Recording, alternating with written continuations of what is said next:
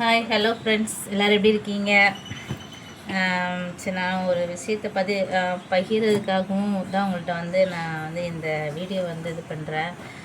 வேறு ஒன்றும் இல்லை, நேற்று வந்து என்னோடய ஹஸ்பண்டோட ஃப்ரெண்டு வீட்டுக்காக போயிருந்தோம். எதுக்கு போயிருந்தோம் அப்படின்னா, கம்பெனியில் வந்து இவங்க வேலை செய்கிற கம்பெனியில் வந்து 3 ஷூரிட்டி பார்ட்னர் அப்படின்னு சொல்லிட்டு ஒரு 3 பேர் சேர்ந்து வந்து ஜாயின் பண்ணியிருப்பாங்க.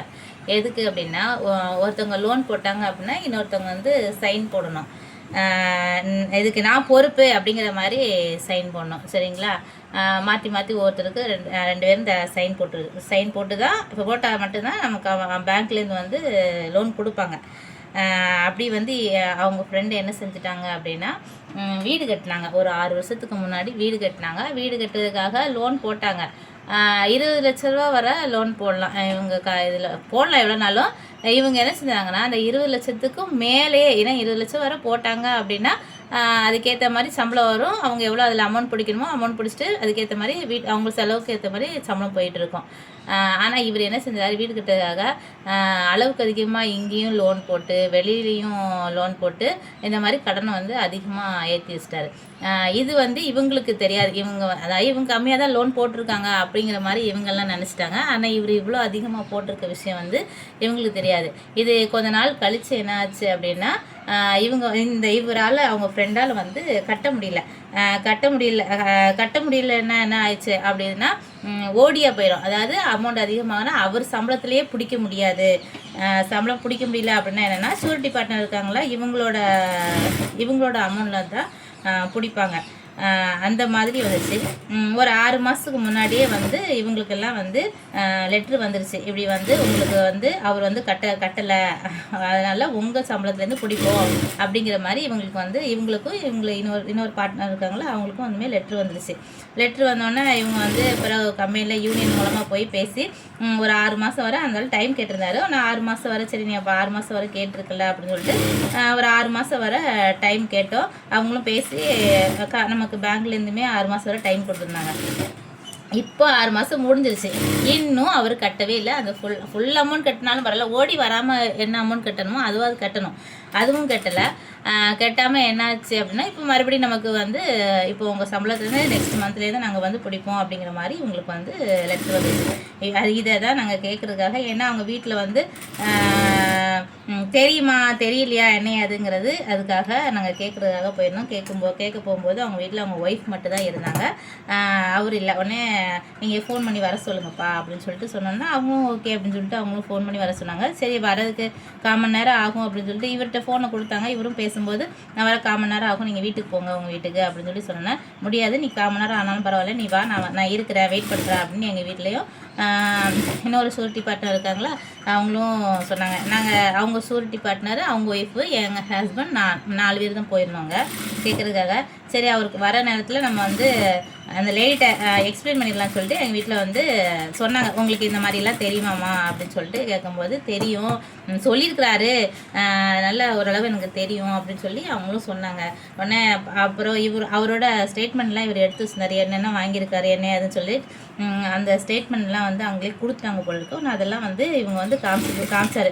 இவ்வளோ வாங்கியிருக்கா என்ன ஏதுன்னு பாருங்கள். இன்னொன்று வந்து நாங்கள் வந்து கோட்ரஸில் இருக்கோம். கோட்ரஸில் வந்து கோட்ரஸ்ன்னு சொல்லி ஒரு தனி அலோன்ஸ் வரும். அதாவது குவார்ட்டர்ஸில் இருந்தால் அந்த அலோன்ஸ் வராது, வெளியில் இருந்தால் அந்த அலோன்ஸ் அவங்களுக்கு போகும். சரிங்களா? இப்போ வந்து அவங்க வந்து சொந்த வீடு கட்டாங்களா, ஆனால் அவங்களும் வந்து இப்போ குவார்ட்டர்ஸ் வந்தாங்க. கேட்டால் வெளியில் வந்து வாடகைக்கு அந்த வீட்டை விட்டுட்டு இவங்க வந்து இங்கே வேற வந்துட்டாங்க. இப்போ அந்த அலோன்ஸுமே அவங்களுக்கு போகாது. முன்னாடி அந்த அலோன்ஸ் இருக்க போயிருந்தாலும் அது கூட வந்து கொஞ்சம் கட்டாயிட்டு, அந்த அலோன்ஸும் வந்து கட்டாயிட்டு இருக்கும் அவங்களுக்கு. இதில் பிடிச்சிக்குவாங்க. அந்த அவங்களுக்கு லோனில் என்ன உண்டு, ஏன்னா என்ன சம்பளம் வருதோ அது வந்து முதல்ல லோனுக்கு என்ன உண்டோ அதை பிடிச்சிட்டு தான் மீதி வந்து சம்பளமாக வந்து அவங்களுக்கு கொடுப்பாங்க. இந்த ஆளுக்கு சம்பளமே வரல அப்படின்னா எப்படி பிடிப்பாங்க?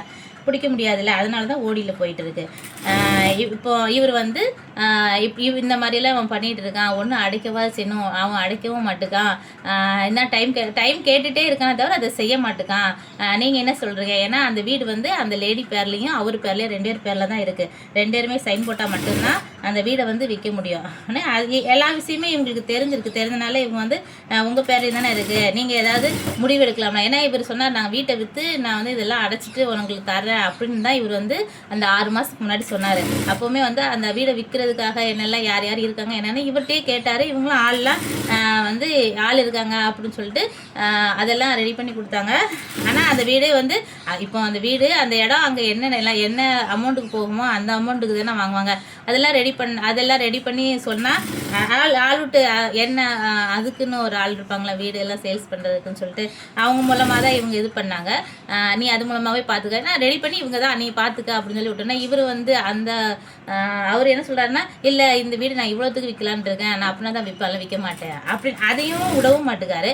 அப்படின்ட்டு நீ எங்கேயாவது ஏதாவது பண்ணி நமக்கு வந்து ஓடி வராமல் இருக்காது ஏதாவது பண்ணோம், அதையும் அவர் பண்ண மாட்டேங்காரு அப்படின்னு சொல்லிட்டு நாங்கள் பேசிட்டு இருக்கும்போது கொஞ்சம் அந்த லேடி கொஞ்சம் கண் கலங்க தான் இருந்துச்சு. ஆனால் அவங்களுக்கு வந்து அழுகை அடக்க முடியாமல் வந்து அவங்க நின்று பேசினாங்க. பார்க்கறதுக்கு ரொம்ப கஷ்டமாக தான் இருந்தது. இருந்தாலும் ஒன்றும் பண்ண முடியல. நாங்களும் என்ன பண்ணுறது, எங்களுக்கும் மாத சம்பளத்தை வச்சு தான் நம்ம ஓட்டிக்கிட்டு இருக்கோம். அது மாத சம்பளத்துக்கு மேலே அதிகமாகவே செலவாகுது. என்ன பண்ணுறதுன்னு தெரில. அப்புறம் கொஞ்சம் அதனால அவங்கள்ட்ட வந்து நம்ம வந்து பேச வேண்டியதாக போச்சு. அதான் நாங்கள் வந்து எக்ஸ்பிளைன் பண்ணி கேட்க வேண்டியது, என்ன செய்ய நீங்களே சொல்லுங்கள் அப்படின்னு சொல்லிட்டு கேட்டுட்டு இருக்கும்போது அவங்க ஹஸ்பண்ட் வந்தார். வந்தோடனே எப்படி நீங்கள் வீட்டுக்கெல்லாம் வரலாம், வீட்டில் வந்து பேசலாமா அப்படி இப்படின்னு சொல்லிட்டு அவர் பேசினாரா. அப்போ எனக்கு வந்து கண்டாச்சு, என்ன வீட்டில் வந்து பேசலாமான்னு, வீட்டில் வந்து பேசுகிற அளவுக்கு நீங்கள் தானே வச்சுக்கிட்டீங்க அப்படின்னு. இவ்வளோ நாள் ஆச்சு, இவ்வளோ நாள் நாங்கள் ஏதாவது சொன்னோமா, இல்லை நீங்கள் வந்து இந்த அளவுக்கு பேசுகிற அளவுக்கு நீங்கள் வந்து வச்சுட்டீங்க. நாங்கள் இவ்வளோ நாள் லேடிஸ் வந்து யாராவதுமே தலையிடலைல்ல, நீங்கள் இந்த மாதிரிலாம் பண்ணீங்க அப்படின்னு சொல்லிட்டு அப்புறம் நாங்களும் சத்தம் போட்டோம். அதுக்கப்புறவு லேடிஸ்லாம் வீட்டுக்கு கூப்பிட்டு வந்து நீங்கள் பிரச்சனை பண்ணிட்டு இருக்கீங்க அப்படிங்கும்போது லேடிஸ்லாம் கூப்பிட்டு வந்து பிரச்சனை பண்ணுற அளவுக்கு பிரச்சனை பண்ணலை, நாங்கள் பேச வந்தோம். ஏன்னா எங்களுக்கு ஏன்னா எங்கள் பிள்ளைங்களுக்கு படிப்பு செலவுக்காக ஒரு மருத்துவ செலவுக்குனா கூட எங்களால் ஒரு லோன் போட முடியல. கஷ்டமாக இருக்குது. ஏதோ ஒரு அர்ஜென்ட்டுக்கு ஒரு லோன் பண்ணால், ஏன்னா அவர் அப்படி எங்களுக்கு லோனே போடாத அளவுக்கு அவர் லோனை ஃபுல்லாக போட்டு அவர் எடுத்து வச்சிருக்காத தவிர எங்களால் ஒரு லோன் கூட போட முடியல. ஒரு அர்ஜென்ட்டுக்குனாலும் இருக்கிற பொருளை கொண்டு போய் அடமானம் வச்சு செலவு பண்ணுற மாதிரி இருக்குது. ஏன் கையில் இருக்க அந்த ஆள்கிட்டே நாங்கள் சொன்னோம், கையில் இருக்க மோதிரத்துலேருந்து கம்மல்லேருந்து எல்லாத்தையும் கொண்டு போய் அடமானம் வச்சுட்டு இருக்கோம். எங்களுக்கு அடமானம் தான் அதிகமாக இருக்குது, லோன் மூலமாக எங்களுக்கு கடன் கிடையாது. எங்கள் பொருளை ஃபுல்லாக கொண்டு நம்ம பேங்கில் கொண்டு போய் அடமானம் வச்சுட்டு பிள்ளைங்க பொருள்லேருந்து எல்லாத்தையும் கொண்டு போய் அடமானம் வச்சு செலவு பண்ணிட்டு இருக்கோம். எங்களுக்கு ஒரு டியூஷன் ஃபீஸ் கூட எங்களுக்கு அதிகமாக இருக்குது. அந்த டியூஷன் ஃபீஸ் கூட எங்களால் கட்ட முடியல. இருந்தாலும் என் பிள்ளை படிப்புக்கு என்ன செய்யுதுன்னு சொல்லிட்டு எதையாவது கொண்டு போய் அடமானம் வச்சுதாவது நம்ம வந்து செலவு பண்ணுமே அப்படின்னு சொல்லி அடமானம் வச்சுக்கிட்டு இருக்கோம். இதுக்கப்புறம் என்னத்தை கொண்டு வைக்கிறது, தாலியவா கொண்டு வைக்க முடியும், அது மட்டும் தான் கையில் இப்போதைக்கு இருக்குது அப்படின்னு சொல்லிட்டு அந்த ஆள்கிட்ட வந்து சட்டம் போட்டுருக்கோம். அந்த அளவுக்கு எங்களுக்கு, ஏன்னா அடுத்த வருஷம் ஓடி பிடிச்சிட்டாங்கன்னா சம்பளமே வராது. அந்த அவர் வச்சிருக்கிற இதுக்கு நம்ம பிடிச்சிட்டாங்கன்னா என்ன செய்யறது, சம்பளமே வராது. அப்படிங்கிறதுக்காக தான் நாங்கள் கேட்கவும் போயிருந்தோம் லாஸ்ட்டில். ஆனாலுமே அந்த என்ன சொல்கிறாரு, நான் கட்டுவேன் அப்படின்லாம் சொல்லவே இல்லை, பார்க்குறேன், எனக்கு அமௌண்ட் பைசா கிடச்சா தானே நான் வந்து கட்ட முடியும், நான் பார்க்குறேன் அப்படின்னா, நீ பார்க்குறெல்லாம் கிடையாது. அதுவும் கேட்குறாரு, டைம் கொடுங்க, எனக்கு டைம் கொடுத்தா தான் நான் அதுபடி செய்ய முடியும்னு. எங்கள் வீட்டில் டைம் கொடுக்கறதுக்கு உனக்கு முடிஞ்சு போச்சு, இன்னும் அடுத்த 10 நாளில் எனக்கு வந்து சம்பளம் அவங்க எப்படி வருதுன்னு எனக்கே தெரியல, நீ இதில் வேறு டைம் விட்டால் நான் என்ன செய்கிறது அப்படின்னு சொல்லிட்டு எங்கள் வீட்டில் வந்து அடுத்த மாதம் சம்பளத்துக்கு நான் என்ன செய்கிறது, வீட்டு சாப்பாடுக்கு நான் என்ன செய்கிறது அப்படின்னு சொல்லிட்டு எங்கள் வீட்லேயே இன்னொரு சூட்டி பார்ட்னர் இருக்கார்ல அவருமே வந்து பேசினாங்க. நானும் பேசினேன். இன்னொருத்தவங்க வந்தாங்கல்ல சுட்டி பார்ட்னரோட அவங்க ஒய்ஃபு, அவங்களும் எல்லாருமே வந்து பேசினோம். பேசிட்டு லாஸ்ட்டில் 10ஆம் தேதி வரை தான் உங்களுக்கு டைமு, இதுக்குள்ளே நீ என்ன பண்ண முடியுமோ நீ பண்ணு, எனக்கு பேங்க்லேருந்து ஓடி பிடிச்சிட்டாங்க அப்படின்னா நான் அது செம்ம காண்டாயிருவேன், அதுக்கு நீ என்ன பண்ணணுமோ பண்ணு. ஏன்னா இவருமே வந்து ஸ்டேட்மெண்ட்லாம் வந்து அங்கே பேங்க்லேயே போய் கேட்டு என்னென்ன அப்படிங்கிற மாதிரி இவர் என்னென்ன வந்து எடுத்து வச்சுருக்காரு. இன்னொன்று இவர் அந்த பைசா கட்டாத அளவுக்கு எங்கேருந்துலாம் வந்து இப்போ நமக்குன்னு ஏதாவது இந்த வழியாக பைசா எடுக்கலாம், அந்த வழியாக பைசா எடுக்கலாம் அப்படின்னு சொல்லிட்டு ஒரு பிஎஃப் பணத்துலேருந்து கூட இருக்கலாம். இவர் பிஎஃப் பணம் முதல் எல்லாத்தையுமே அள்ளி வாரி வச்சுக்கிட்டார். அதாவது எடுத்து அவர் யூஸ் பண்ணிட்டாரு, பைசாவே விட்டு சுத்தமாக கிடையாது. யாருமே இவரை நம்பி வந்து கொடுக்குறதுக்கும் வந்து அதாவது நம்பி கொடுக்கவும் மாட்டுக்காங்க, அந்த மாதிரி இவர் கொண்டு வச்சுருக்காரு. இதில் நாங்கள் எப்படி இவரை போய் நம்பி வந்து நம்ம வந்து சரி பார்த்துக்கலாம் அப்படின்னு சொல்லிட்டு நம்ம இருக்க முடியுமா? இவரால் நம்ம குடும்பத்தை வந்து இது பண்ணிட்டு இருக்க முடியுமா? வீட்டில் இதனால அவரால் வந்து எங்களுக்குள்ளே வந்து அதிகமாக சண்டை வர ஆரம்பிச்சுது. நம்ம வீட்டில் பைசா இல்லாமல் இருந்தால் பிள்ளைகளை படிக்க வர வச்சுக்கிட்டு இருக்கோம், கட்டலை அப்படின்னா நமக்கு கடுப்பாகுமா ஆகாதா? அதனால வீட்லேயும் வேறு பிரச்சனையாக அதிகமாக ஆரம்பிச்சிருச்சு. அதனால தான் நாங்களும் வரோம் அப்படின்னு சொல்லிட்டு, நீங்கள் மட்டும் வந்து போய் கேட்டால் சரி வராது, நாங்களும் வரோம்னு சொல்லிட்டு நாங்களும் லேடிஸும் சேர்ந்து போய் கேட்டிருக்கோம். இந்த 10ஆம் தேதி வரை அவருக்கு டைம் கொடுத்துருக்கு. அந்த லேடிட்டுமே சொல்லிட்டு வந்துட்டோம், நீங்கள் தான் பாருங்கள், நீங்களும் இதில் வந்து ஸ்டெப் எடுக்கணும், பார்த்துட்டு என்ன ஏதுன்னு சொல்லுங்கள். நாங்கள் ஹார்ஸ் எல்லாம் பேச வரல, நாங்கள் எங்களோட நிலைமையே உங்களுக்கு வந்து புரிய வைக்கிறதுக்காக வந்திருக்கோம். ஏன்னா இவங்கிட்ட எங்கள் வீட்டுக்காரங்களே சொல்லிட்டாங்க, இவங்கிட்ட சொல்லி சொல்லி நான் வந்து அழுத்து போயிட்டேன். ஏன்னா இத்தனை வருஷமாக சொல்லிகிட்டே தான் இருக்கேன் அவங்ககிட்ட. ஆனால் அவன் வந்து காற்றுல வாங்குற மாதிரியே தெரியல, எனக்கு என்ன அப்படிங்கிற மாதிரி அவன் போய்கிட்டு இருக்கான். வேறு வழி இல்லாமல் தான் நாங்கள் வந்து இப்போ வந்து வீட்டுக்கு வந்து பேசுகிற நிலைமை ஆகிப்போச்சு அப்படின்னு சொல்லிட்டு, நீங்கள் என்ன சீக்கிரம் முடிவெடுப்பீங்களோ எனக்கு முடிவெடுங்க அப்படின்னு சொல்லிட்டு அந்த லேடிட்டையும் சொல்லிவிட்டு நாங்கள் வந்திருக்கோம். அவர் என்ன சொல்கிறாருன்னு தெரில. இந்த 10ஆம் தேதி தான் தெரியும். அதாவது இந்த 10 நாளில் தான் தெரியும் அடுத்த மாதம் சம்பளம் நமக்கு வருமா வராதா, இவர் அடைக்கிறாரா அடைக்கலான்னு. அதுக்கப்புறம் சொல்கிறார், நீ இந்த 10 நாளில் எனக்கு அடைக்காமல் ஏதாவது ஓடி ஆயிடுச்சு அப்படின்னா நான் வேறு மாதிரி ஸ்டெப் எடுப்பேன் அப்படிங்கிற மாதிரி அந்த ஆள்கிட்ட சொல்லிட்டு வந்திருக்கு.